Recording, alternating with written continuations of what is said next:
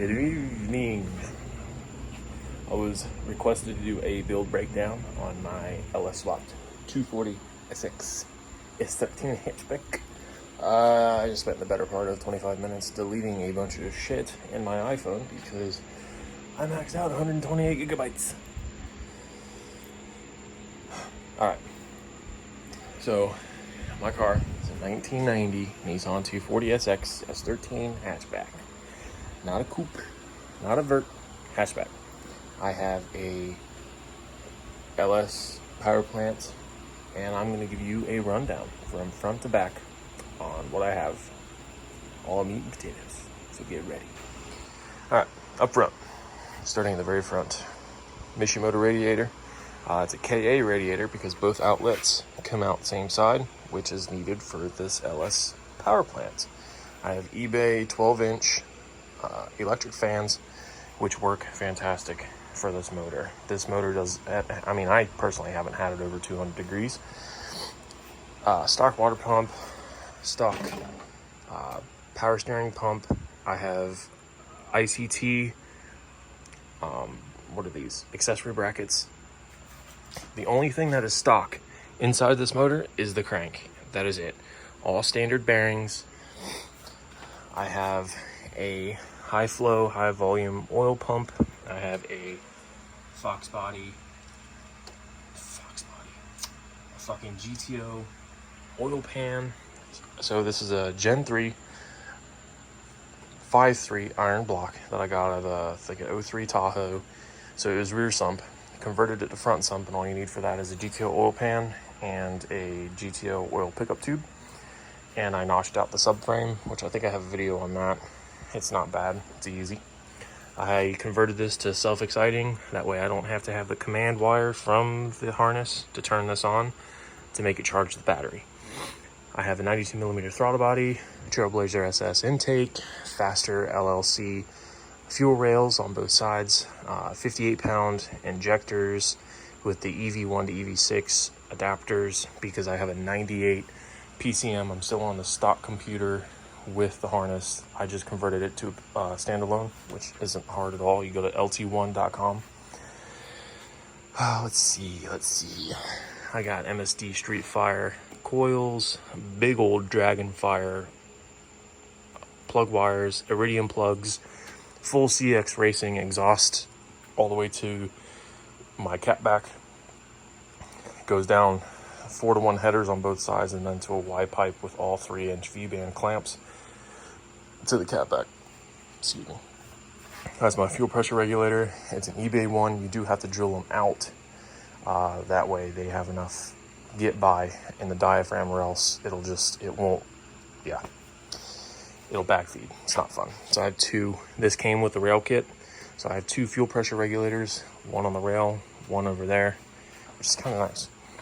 So my clutch, I have a CDO 9 6-speed, I have a 350Z track edition, a LS1 flywheel, T56 bow housing, Autosport Engineering adapter plate, T56 internal slave cylinder, a Willwood 3/4 inch master cylinder. You need a 3/4 inch and bigger for the T56 internal slave. Anything less will not move that slave cylinder.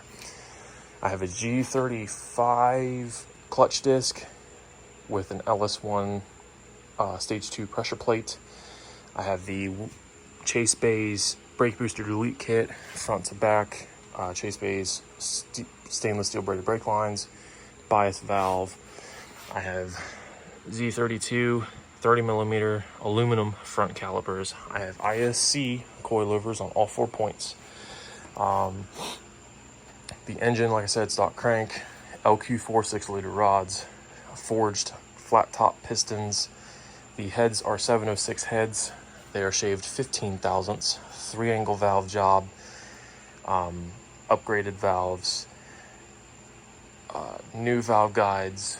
Let's see, dual beehive springs, big springs, titanium retainers. The rockers, they're stock rockers, but they have the upgraded trunnion kit, chrome molly push rods, LS6 lifters. The cam is a Summit Racing cam. Here's the cam specs on that. Like I said, Trailblazer SS intake, cheap eBay 92mm throttle body, nothing, ridiculous. I'm a drive-by cable, not drive-by wire. The power steering pump, you got to get crafty with the fittings, but it's an S13 rack with a GM power steering pump, ICT, valley cover. I forget who made these steam port adapters, but I think these are -4 on all 4 corners to this line that comes over here to an 1/8 inch NPT barb that I tapped and dyed into the water pump for the air in the cooling system, because if you don't get the air out of the cooling system on these LSs, they overheat like fucking nuts. Now, cheap oil catch can, I tried to go cheap. This thing works just fine. There's no reason to spend hundreds of dollars on a fucking catch can that is green. If you know, you know. Chase Bay's remote bleeder kit for the clutch. That way I don't have to get underneath the car. Now, inside, I have the GK Tech 350Z shifter bracket, which is super, super nice. I got an Innovate AFR. I highly recommend Innovate. I have a tachometer sitting underneath there. I need to redo that. I have a full cage. It's a sunroof car. I made my own delete. My energy seats. I'm 6'4", so I did the cat hump delete, and I basically welded my seat brackets to my floor. That's where my battery is. I did all the wiring. That's why it looks the way it does. There's the computer up underneath there. Let's see. I might have Collins adapter. I'm not sure. Shaft Masters custom drive shaft, steel drive shaft. I got 275 18s in the rear, 245 18s in the front. I have the Villains dual caliper rear setup. So I have my stock caliper and then my hydro caliper. Better than GK Tech, because GK Tech you have to take, I think, the entire hub off just to get to one bolt or some stupid shit like that. I made my own partition wall. Back here I have the eBay cat back, which sounds fine. If you go on my page and you look farther back, you'll be able to see it. So I have S13 subframe with a 350Z differential that I modified to accept the 350Z differential. So I went from, sorry, I'm talking fast.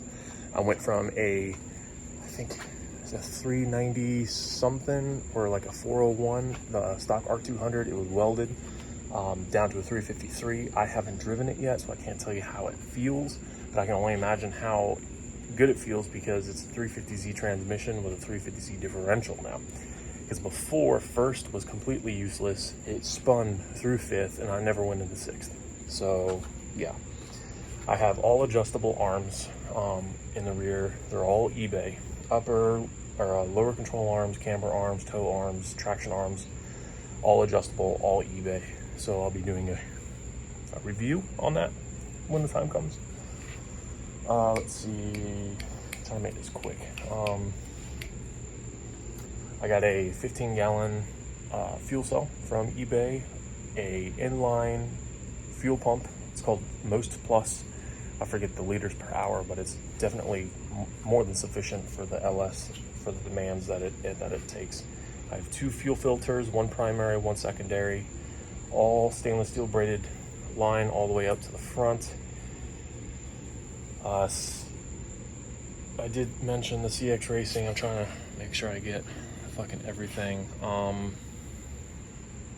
HP tuners on the stock PCM. Super simple. I guess that pretty much does it. Now, I have a Type X conversion, cookies. I have a whole nother set. I'm gonna do a set of clears. So yeah, I'm gonna be doing a drive. I gotta do a test drive. I'm trying to do it tomorrow. We'll see. I don't know. I mean, look at my driveway. This fucking piece of shit up here on the trailer, I'm gonna start breaking that down to scrap it. This one, I gotta rebuild the ECU on it. So I guess a test drive will not be happening tomorrow because there's no way in hell I'm getting my car out. That sucks. So yeah, that's the build breakdown. That's the meat and potatoes. Last time I checked, before the engine was even in the fucking car, I was at like $8,000, and that's with like the transmission and shit. So when people say LSs are cheap, they're cheap if you take them out of a fucking car that you know was running and you buy the bare minimum and you put them in here. That's when it's cheap. But as soon as you break open that motor, it's a slippery slope. I got a spare block sitting in my garage just in case. But stock timing setup, just fucking O'Reilly. That's the reason why I went LS instead of anything else, is because you can go right to the fucking auto parts store and get it. If they don't have it, they'll get it same day. Super, super easy. And that's what I wanted.